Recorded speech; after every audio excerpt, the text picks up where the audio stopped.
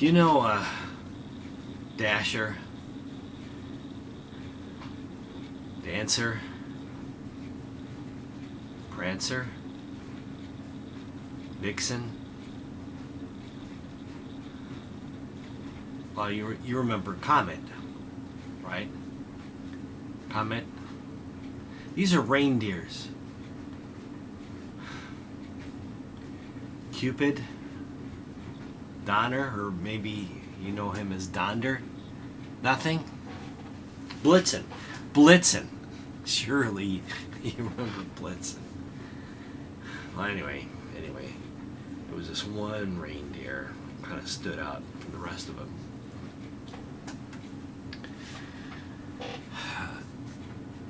Rudolph. Well, anyway, there was this one reindeer named Rudolf. He was a red-nosed reindeer. He had a red nose. It was like a light bulb. I mean, it was like, I don't know what kind of a anomaly it was. Well, first of all, these weren't like regular walking around reindeers. These reindeers could fly. They didn't have wings, or it's not like they were, like Pegasus. They weren't winged or winged horses. They just could defy gravity, and they would look like they're running, but they were, their legs would go like they were running, but they were floating. I don't know why they just didn't float, but apparently they had some type of traction on wind or air somehow, and some chemical or biological thing. Just kind of bizarre, really. I mean, anyway.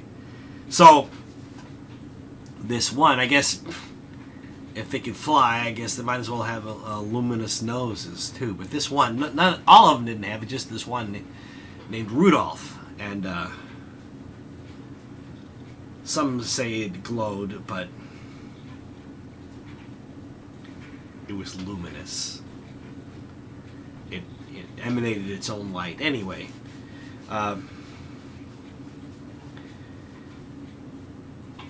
because of this red nose, the other reindeers kind of shunned him.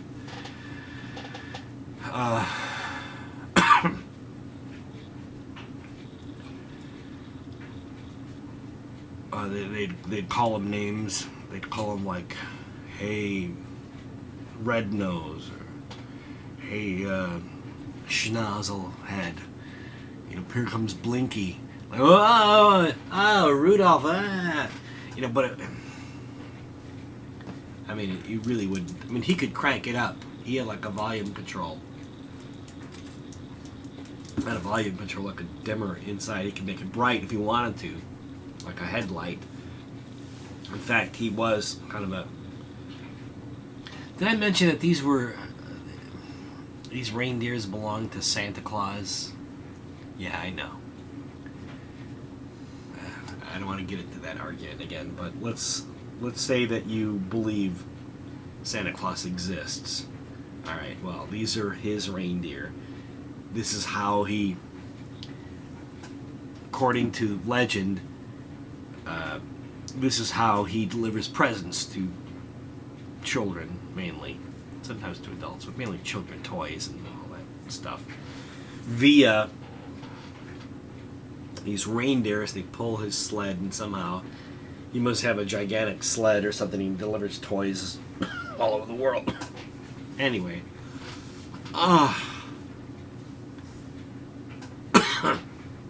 So, anyhow.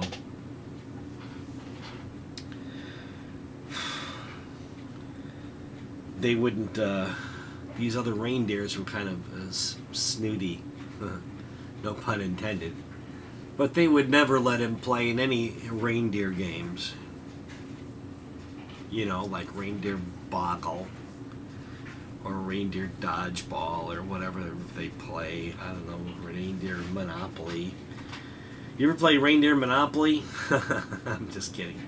But they did play like a game not unlike soccer, and they would kind of kick and butt each other and get goals and stuff like that. Anyway, so he was kind of the black sheep, you know, as it were, among these reindeer. Nobody liked him. They would play practical jokes on him. One reindeer stabbed him one year, and he would have bled to death had not Santa found him in time and took him to the hospital. But anyway, there was this one Christmas, you know, the night before Christmas, Christmas Eve, where it was horrible weather. It had rained and thunderstormed, you know, like a snow thunderstorm. Anyway, it was very foggy, overcast. All the flights were canceled, and you know, the reindeer could barely find their way to the sled, you know, Santa's sled, and they were trying to fly around, and they crashed into some cell towers in a mountain. They crashed into a mountain, and you know, Santa, he has a lot of sleighs, and he went through a lot of them, and so it was like he was getting madder and madder, and you know, the toys were getting ruined.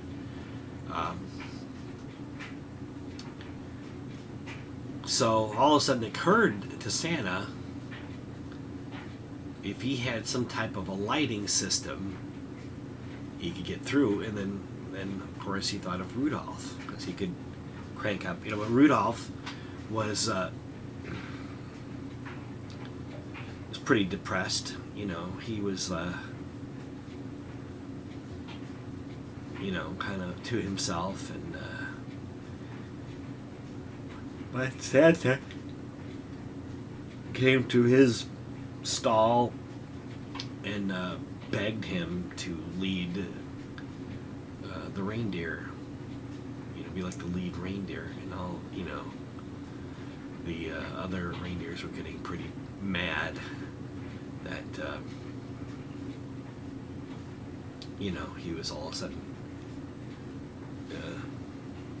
wanting to have Rudolph, who was kind of like an anomaly. He was a reject, which like a lot of us are.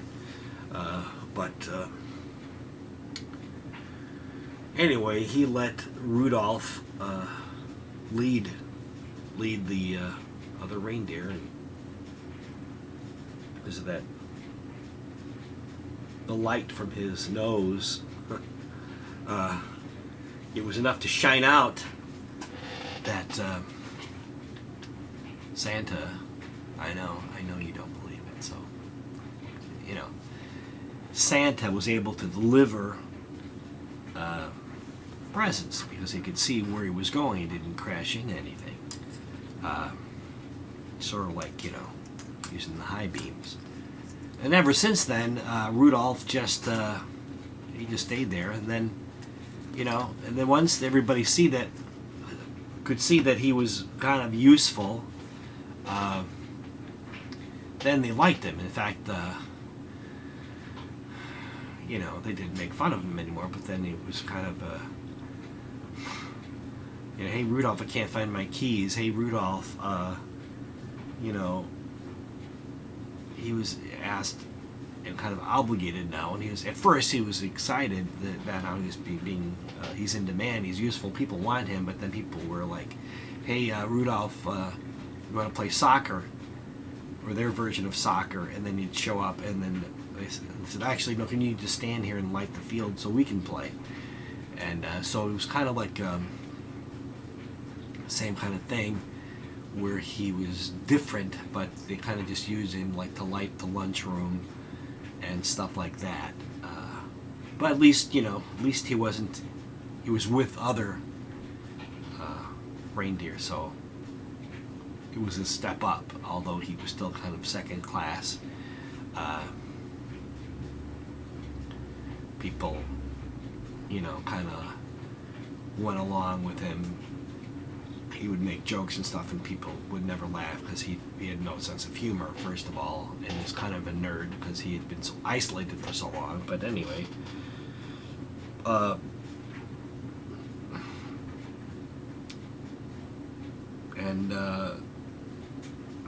this story just didn't happen recently. This was like a long time ago, even though I did mention cell towers. It would have.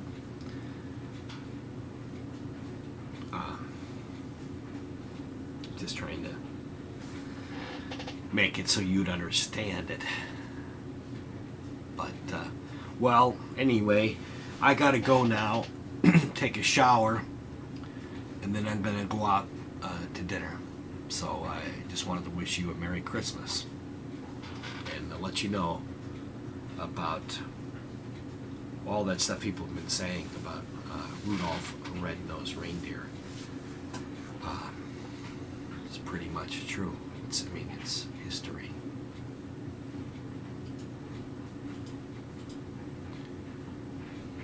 Why won't this turn on?